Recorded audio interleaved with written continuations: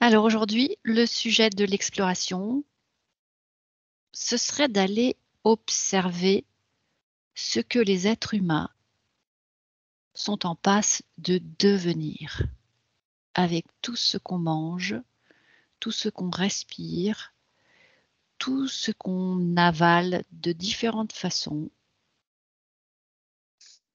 Qu'est-ce qu'on va devenir? Vous pouvez laisser les informations venir à vous.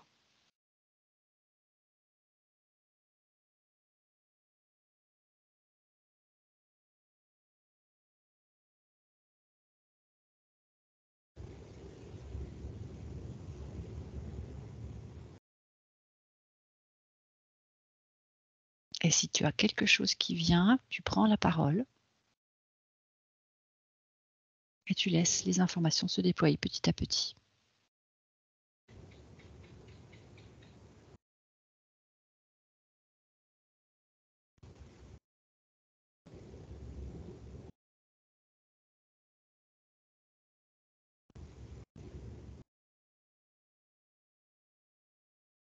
Moi, je comprends pas trop bien, mais je pense que ce sera bien de me poser des questions, après dessus pour, diriger vers quelque chose. J'ai vu, au cours d'un chemin rural, tout un troupeau de moutons, et un homme au milieu et là maintenant ça me montre, un chien, blanc, noir, hem sur les épaules, de quelqu'un qui est tout fier et qui me regarde et derrière, il y a un grand pâturage. Alors je comprends pour l'instant, je ne sais pas ce que ça veut dire. Je comprends que ça veut me dire quelque chose, mais je ne sais pas quoi. OK, alors tu vas déjà observer dans ce décor qui t'est présenté s'il y a le chien qui a un message à te transmettre puisqu'il a l'air de te regarder.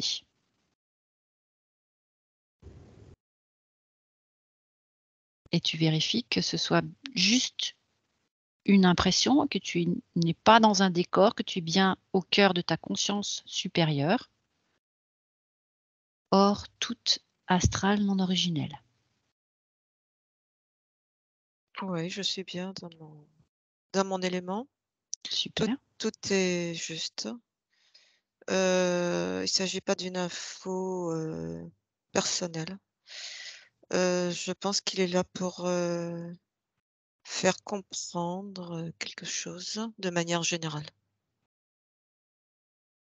On parle du chien Oui, qui est sur les épaules d'un être humain, c'est bien ça? j'ai pas vu, sur les épaules de qui il est, donc je pense que c'est lui qui ce chien qui c'est pour ça que je l'ai décrit blanc, noir, de taille moyenne, les yeux coquins, heu, tu sais un peu le style des chiens qui ont un alors lui, c'est pas ça, mais ça ressemble un peu, qui ont Mmh. un côté de visage, d'œil noir et l'autre, qui reflète la couleur, du poil, blanc, par exemple. Ça il ressemble un peu à ce style de chien-là. OK. En tout cas, ton regard s'attarde sur cette dualité de couleurs. Ça me Est-ce que dit un chien supra-intelligent, intelligence de cœur. Ah oui, il est montré comme dynamique, volontaire. Donc ça supposerait que ces aspects-là vont être importants pour l'homme de demain. Ta question, c'était bien par rapport à l'homme de demain. Donc on retient ici le côté intelligence et volontaire. intelligence du cœur, Intelligence du cœur et volonté. dynamisme et volonté. OK. Pourquoi ces éléments s'apparentent pour l'heure à un chien? et non directement un être humain?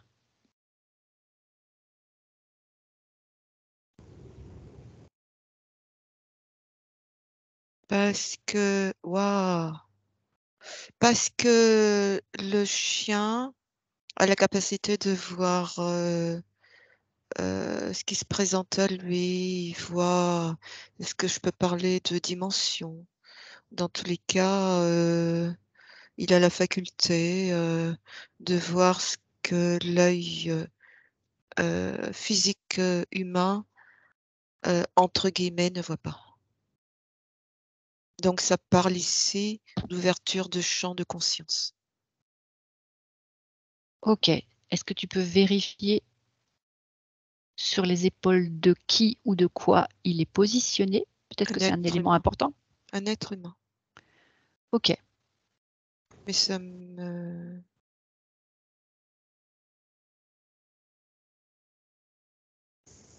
ouais, ça me montre bah, c'est dingue ça. Ça pendant que tu l'as dit, ça a fait comme 2 coupes. Il est posé sur, l'humain, mais il y a une première coupe là, au niveau de ses pattes et l'autre, l'humain, on le voit dans l'eau, heu, comme si, il était aveugle, il voyait rien.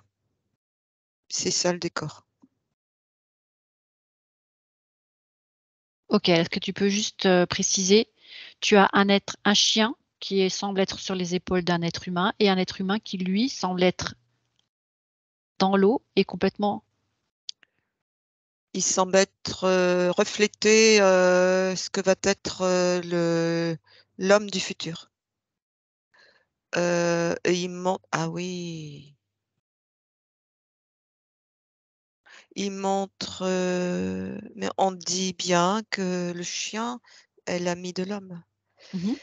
Heu, il montre les 2 aspects de l'homme, heu, l'homme inconscient de son intelligence de cœur, heu, des capacités, qu'il a et l'autre, bah, ce chien qui symbolise, l'avenir de l'homme.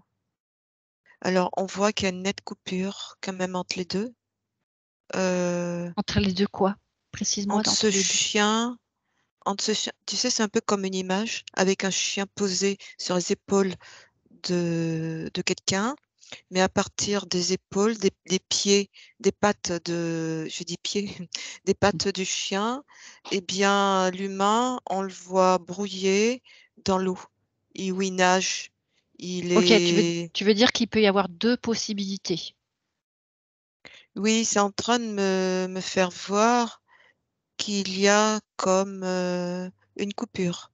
Déjà d'un humain qui n'est pas conscient de ses capacités et puis cet être en devenir et donc cet être en devenir est déjà ce terreau, il l'a déjà en lui, en fait, mais sans le savoir.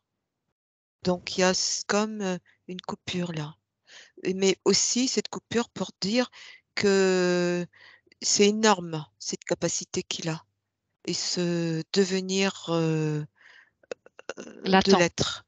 Oui, OK, je te laisse jeter un coup d'œil sur la séparation, la coupure entre les 2 possibilités. Je m'en vais voir du côté de Mireille si elle a, elle, quelque chose à nous restituer.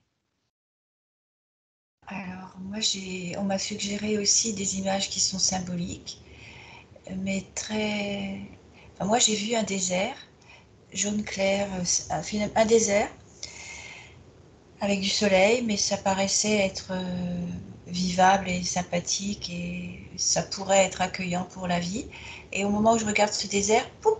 Il sort d'un trou un petit animal qui ressemble à une belette ou c'est les petits ratons du désert et il se dresse tout droit, il regarde l'horizon et on sent dans ce qu'on nous montre qu'il est vif, intelligent, il est prêt à relever le défi et il sort du rien du tout, hop, pour pouvoir à nouveau peupler le désert. Et quand on voit le premier qui est le plus proche de nous, qui nous regarde, qui a un regard joyeux et qui n'a pas froid aux yeux, eh bien, il y en a plein partout dans le désert qui se mettent à sortir. Il a plein de copains, c'est comme une colonie de ces petits lémuriens là, qui qui sont, c'est sûr, pour moi, c'est la symbolique de l'homme de demain, c'est-à-dire j'émerge d'un endroit qui est, c'est comme après un hiver nucléaire, mais c'est chaud et doux, c'est désertique mais sableux et accueillant, et il n'y a rien du tout, sauf nous. Et on a l'impression, on hésite entre le désarroi en se disant mais il n'y a rien, et la liberté de se dire c'est pas grave parce que cette espèce-là, elle sait tout créer, enfin elle se débrouille. Elle sort du sable, et on voit qu'elle a fait des terriers partout.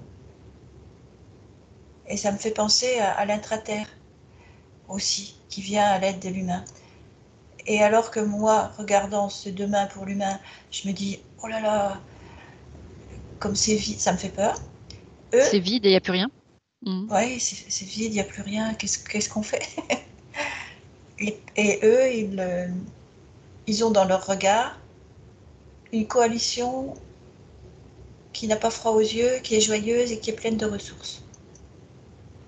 En fait, tu fais part des mêmes, certains mêmes éléments que ce que Elisabeth nous a dit tout à l'heure, cette volonté qui jaillit, ce dynamisme, cet entrain, c'est ce non-doute quelque part, hein.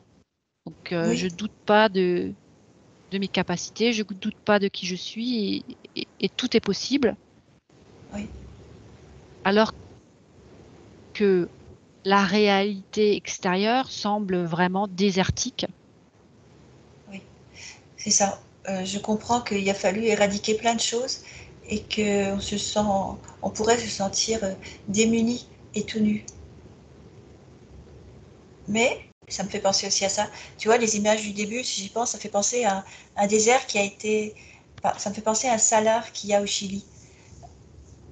À San Pedro d'Atacama, c'était comme ça. Enfin voilà, ça peut me faire penser à des treks que j'ai faits quand j'étais plus jeune.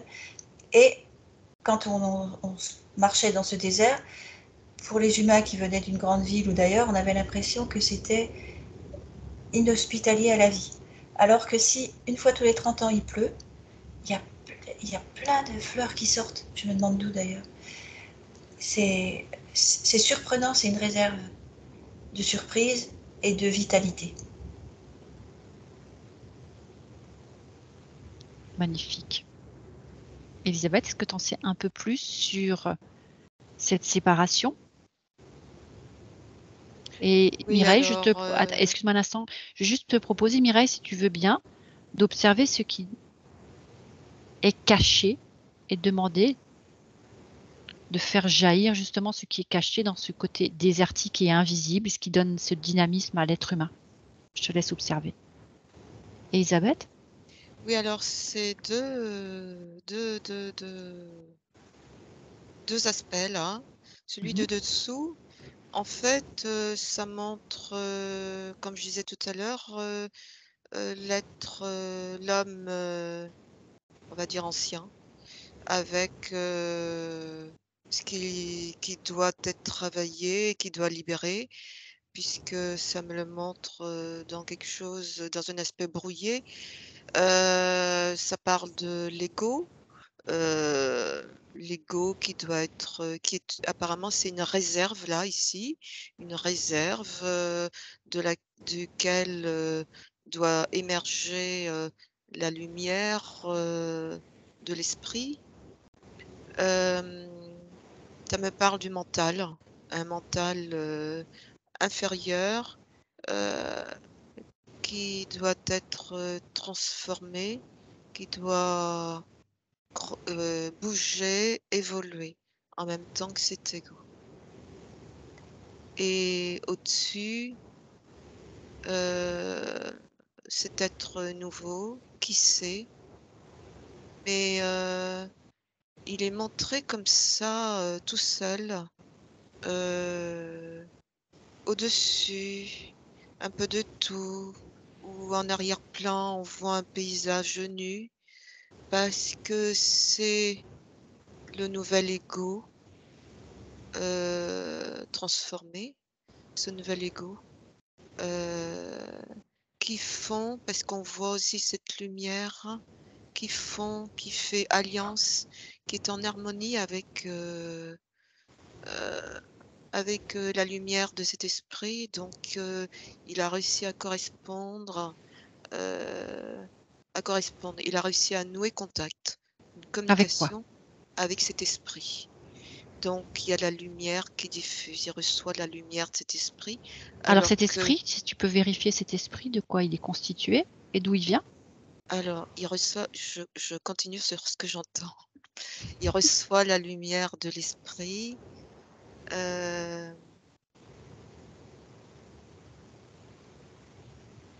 Il reçoit la lumière de l'esprit et contrairement, je sais plus. Je t'ai cassé dans ton élan.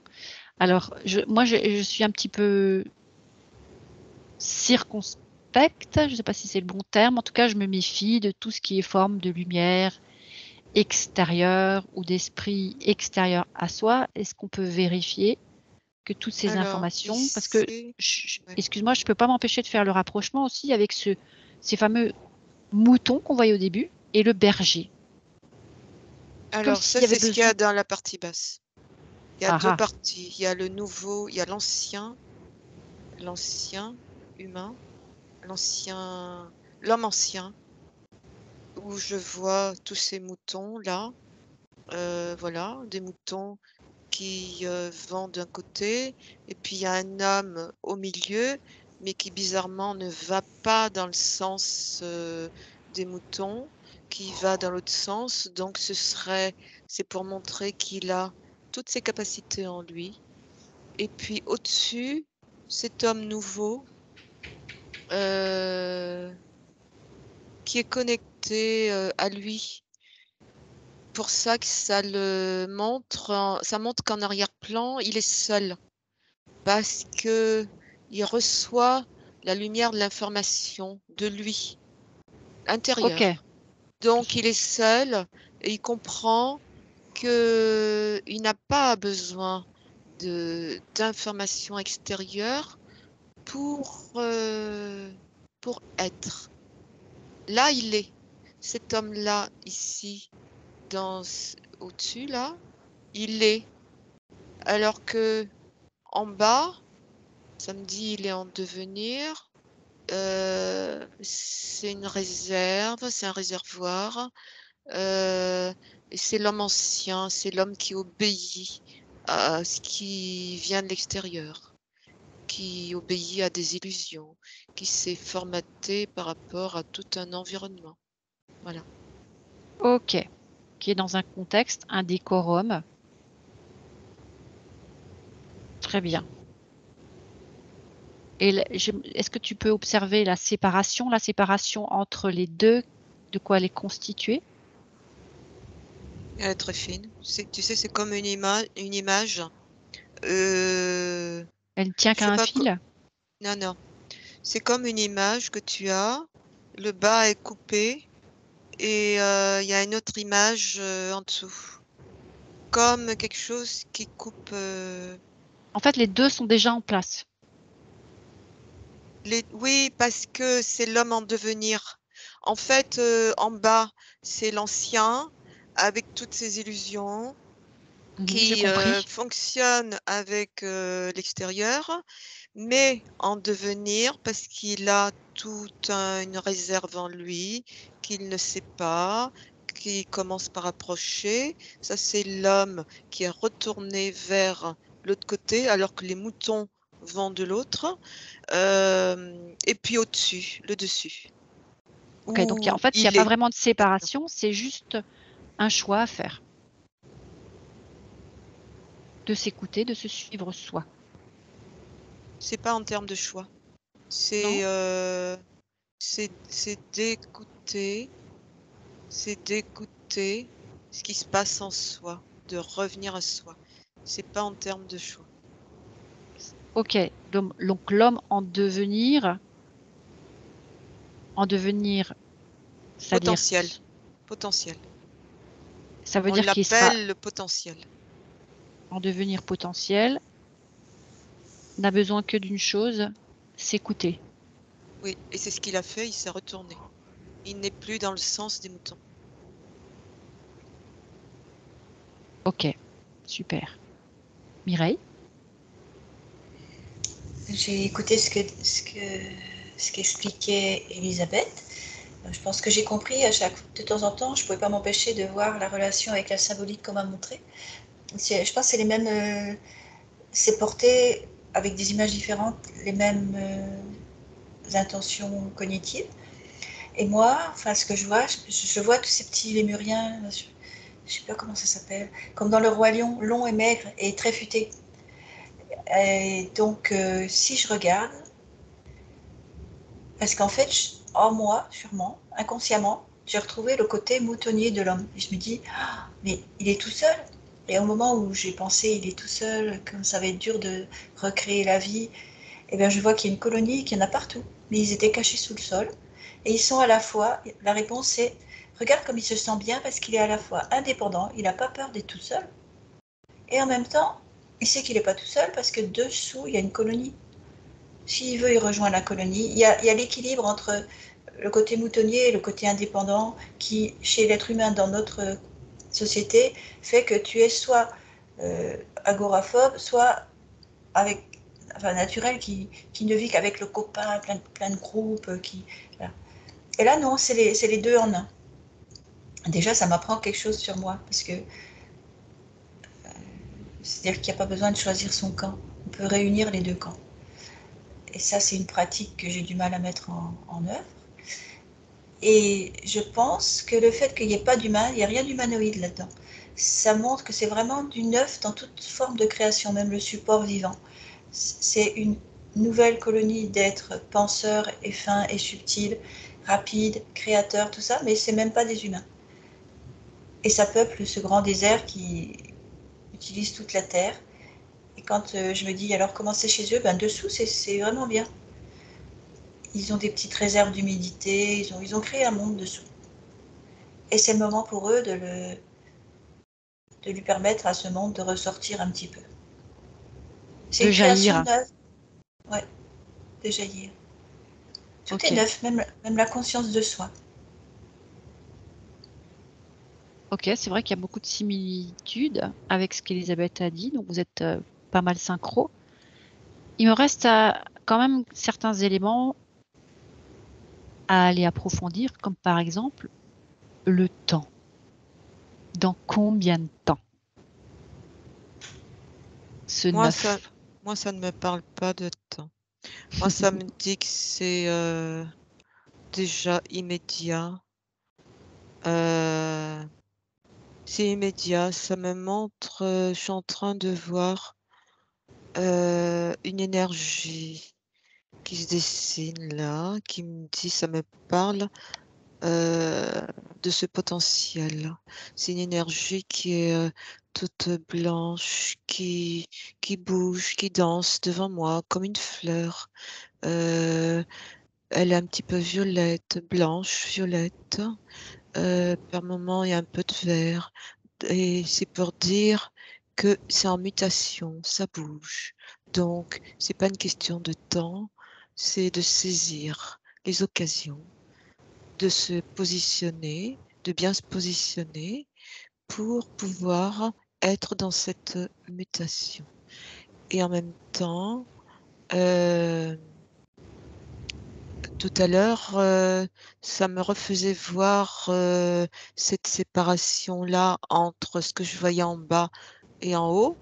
Un peu comme si, en réalité, dès qu'on est dans cette mutation-là, eh bien, on acquiert ou on fait venir, on fait évoluer en nous, on fait éclore des formes d'énergie, de capacité qui nous permettent d'aller divaguer, errer, récupérer des informations utiles dans d'autres couches, dans d'autres dimensions hors cet espace-temps qui correspond à une notion astralisée. Et c'est ça le potentiel que on ramène.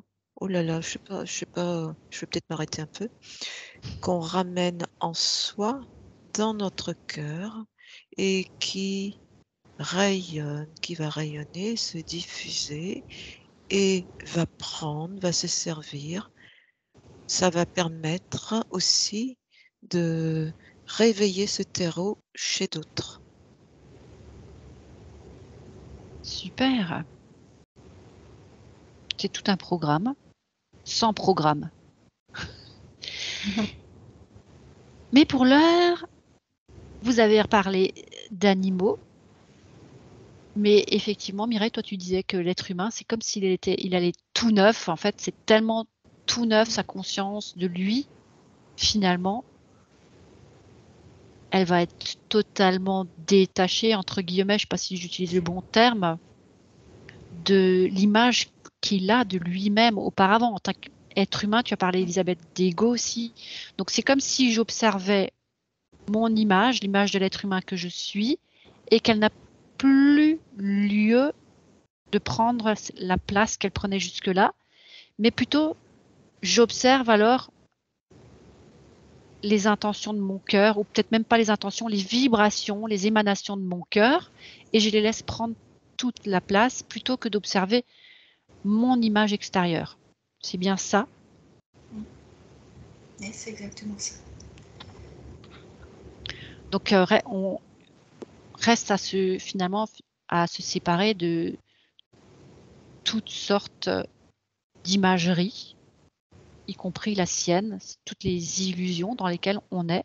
Donc sa propre image peut ressembler à la dernière illusion.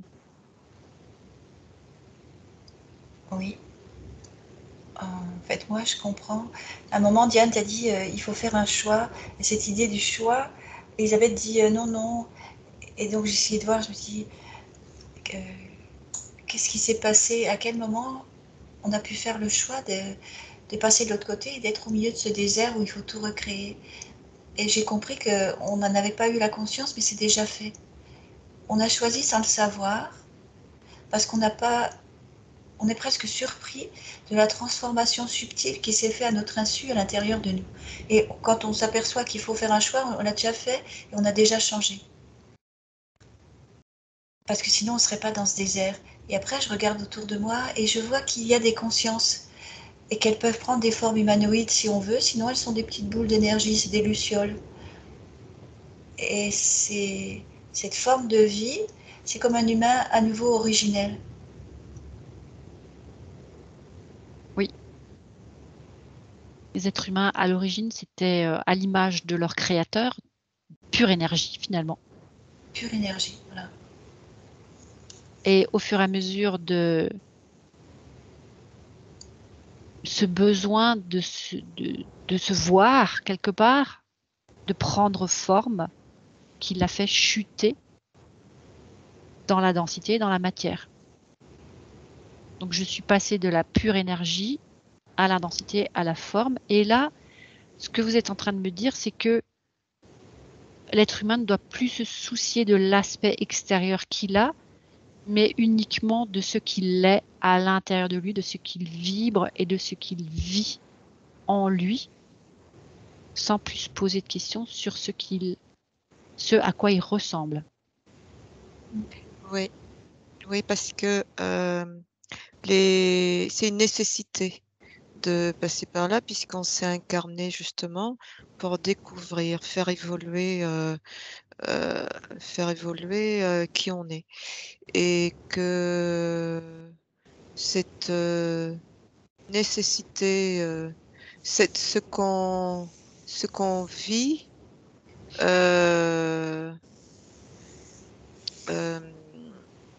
apporte souffrance, mais souffrance pour nous permettre d'acter, de conscientiser que cette souffrance prend forme parce que nous ne prenons pas conscience que nous animons tout ça par le biais de notre corps mental et émotionnel. Et que c'est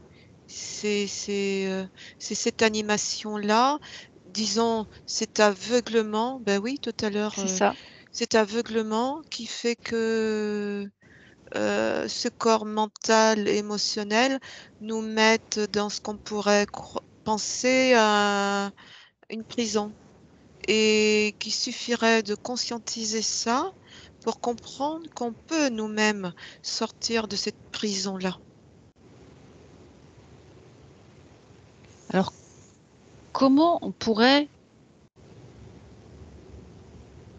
on va dire, ceux qui vont nous écouter, ceux qui vont essayer de comprendre, de conscientiser tout cela, comment leur permettre justement de faire des petits pas de plus en plus fermes vers cet humain potentiel en eux, en chacun d'eux.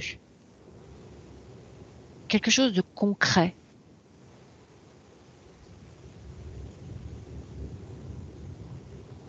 Bien, moi je pense que ça ne se fera pas en une seule vie d'homme. C'est un peu décevant, c'est pas dans notre vie là qu'un jour on sera pure lumière dans un désert et qu'on recréera une nouvelle humanité différente en s'étant libéré des besoins vitaux. C'est-à-dire, à la limite, moi je suis vraiment basique et je me dis ah, mais qu'est-ce qu'on va manger. Enfin, c'est-à-dire, où est la vie? Où sont les sources? Où il y a des villes? Pas besoin de tout ça en fait. Mais se libérer de toutes les contraintes de la survie de la chair dans laquelle on est, dans le corps physique, ça va prendre plusieurs vies. Mais c'est comme si on avait déjà passé l'aiguillage et que on est dans cette transmutation, sans le savoir.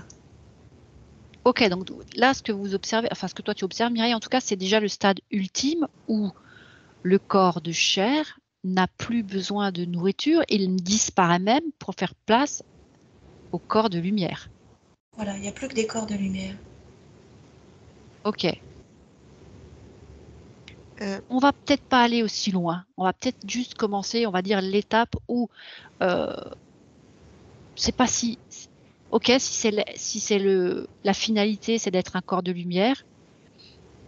On a le temps, on va dire, après cette vie physique. Mais moi, j'aimerais déjà qu'on observe dans cette vie physique, est-ce qu'il n'y a pas moyen justement de rallier ce corps physique à quelque chose qui s'apparenterait à une forme de légèreté et justement de dynamisme, de volonté, de joie de vivre, de bien-être. En fait, moi, ça me dit que il y a les prises de conscience peuvent se faire par tout moyen. Et l'un des premiers moyens, c'est la souffrance vécue.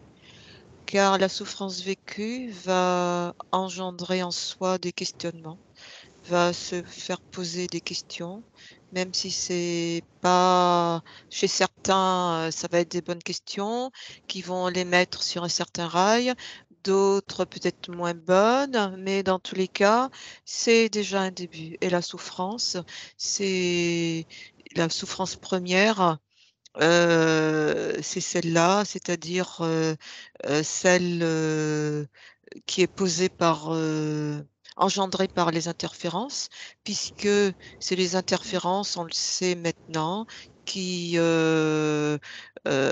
font c'est l'interférence, qui est en arrière-plan, qui amène, des symptômes ou des maladies, dans le corps.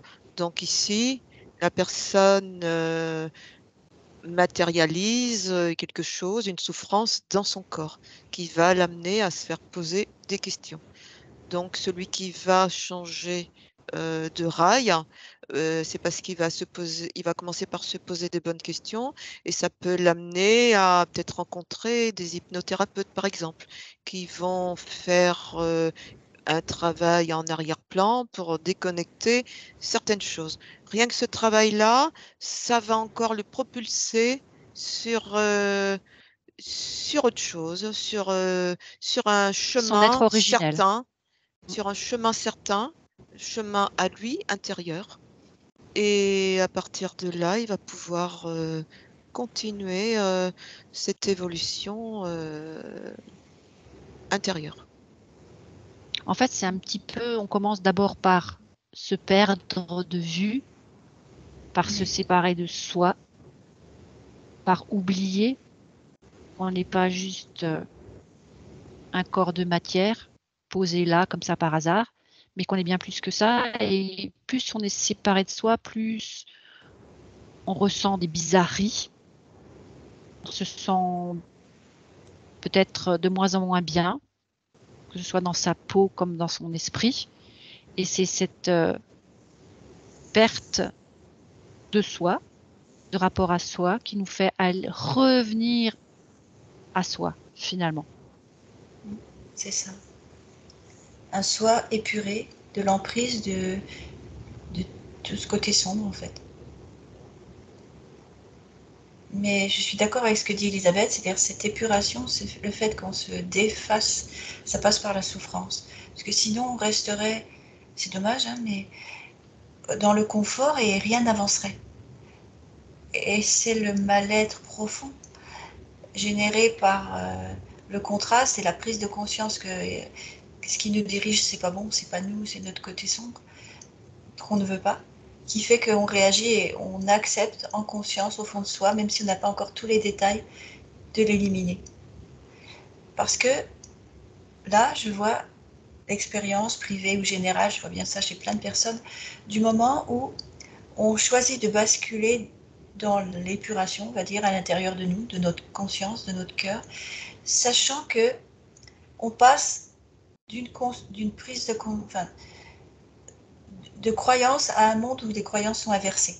Par exemple, tu vois, tu peux voir quelqu'un qui est en colère et qui dit par rapport à un autre, bah ça va pas se passer comme ça, tu vas voir ce qui... En même temps, il sait que c'est pas bien ça. Mais il est tellement submergé par la colère qu'il est dans la lutte, etc. Et le contrôle. Et à un moment, il pense il comprend que ça, c'est pas bon et qu'il faut accepter de le lâcher. Mais s'il lâche ça, il va devenir quelqu'un qui, pour l'instant, il n'aime pas. Quelqu'un qui se bat pas, qui n'a pas de courage, qui n'a pas de...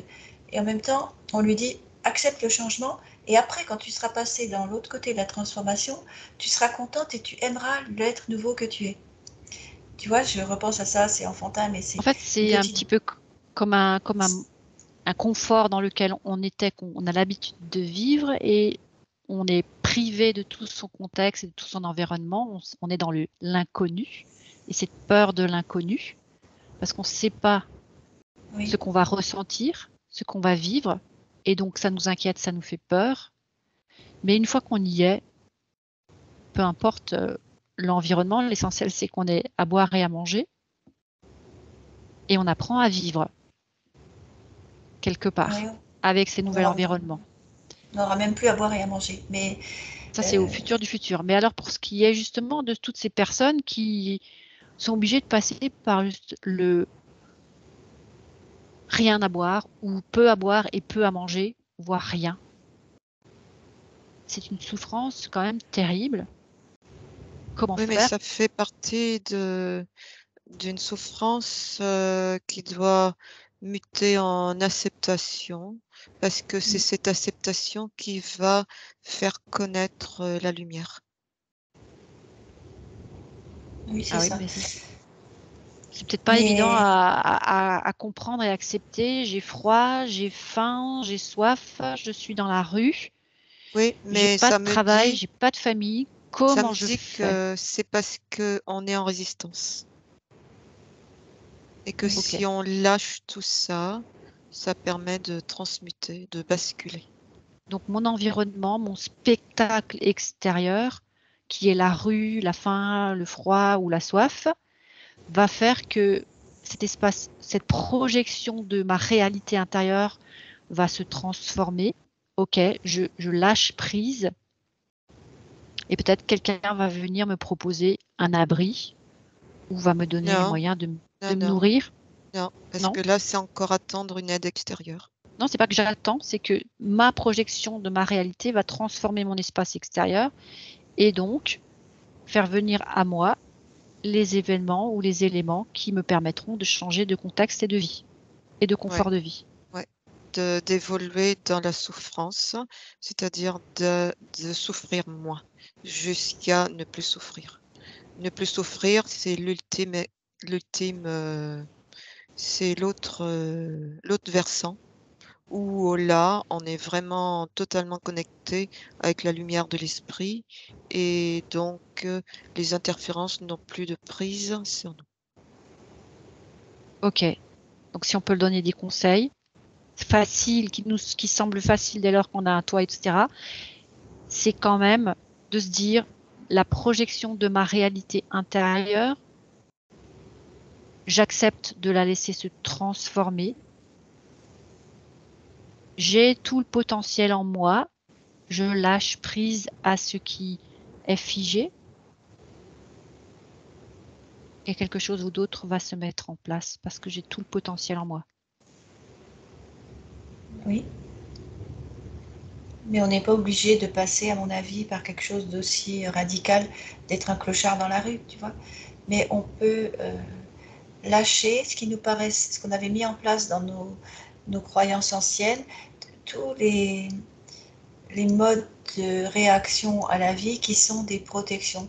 Par exemple, rentrer dans la bataille sociale, vouloir monter les échelons à cause de enfin, l'habitude de se battre, de se positionner, d'aller de l'avant, de manger sa part, de faire sa place au soleil, même cette phrase, tu vois. Là, c'était un désert, plein de soleil, il y a plein de places, c'est plein de villes. Enfin, place au soleil, mais qu'est-ce que ça veut dire? Ils se mettent au frais sous la terre.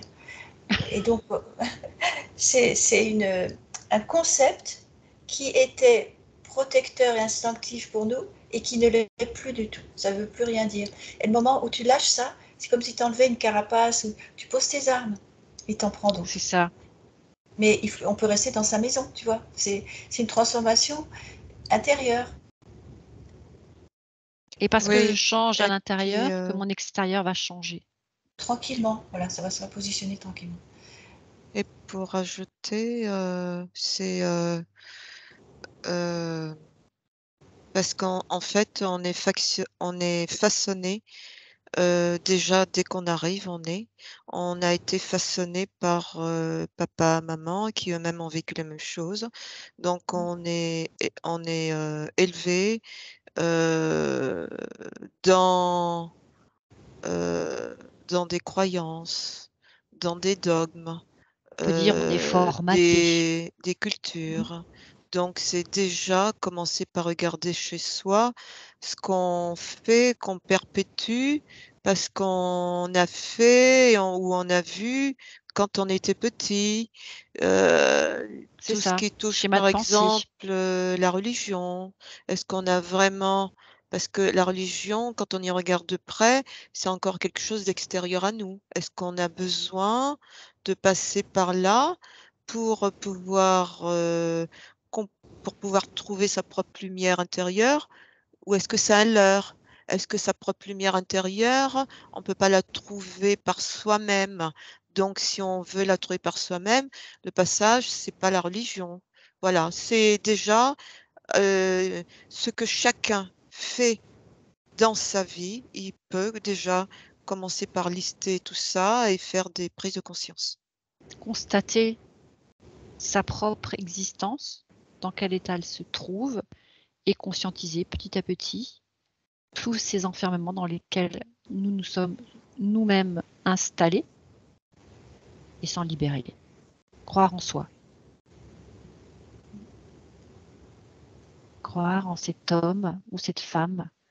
Et ça me parle d'autre chose aussi, et qui n'est pas des moindres, puisqu'on sait que c'est à la base de plein de problèmes. Ça me parle de cette notion de culpabilité qui est instaurée et qui est instaurée déjà publiquement. Ne serait-ce que par exemple, alors je ne parle pas des vaccins depuis 2020, mais allez vous faire vacciner, parce que c'est l'intérêt de tout le monde, du groupe. Générale. Si vous ne le faites pas, vous allez rendre malade, quelqu'un de plus faible dans votre entourage. Et ben ça déjà, c'est prendre conscience qu'il s'agit d'un pouvoir qui est exercé sur les gens sous prétexte du groupe. On actionne des culpabilités chez les gens. Rien que ça, c'est déjà énorme.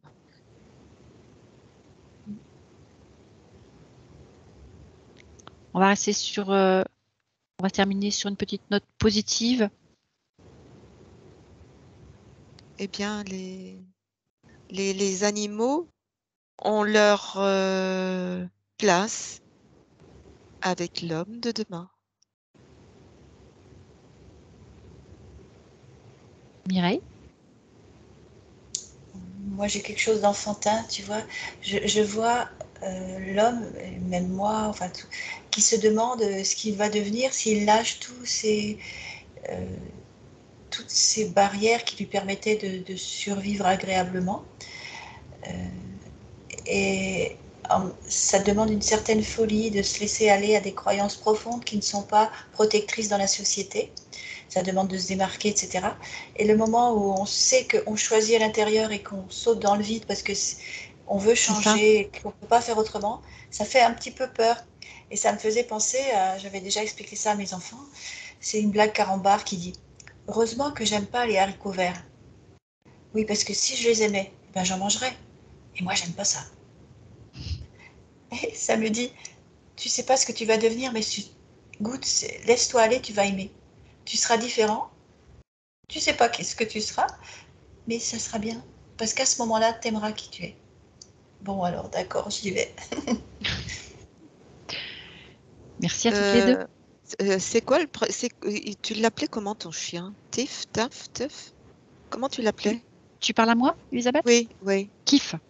Oui, ben c'est lui qui m'accompagne là. Kiff. Je me suis doutée, côté blanc, côté noir. Je me suis dit, c'est au moins mon chien. Kiff. Il fait ça. Kiff. Il bouge l'oreille. Petit coquin, il vient souvent en session.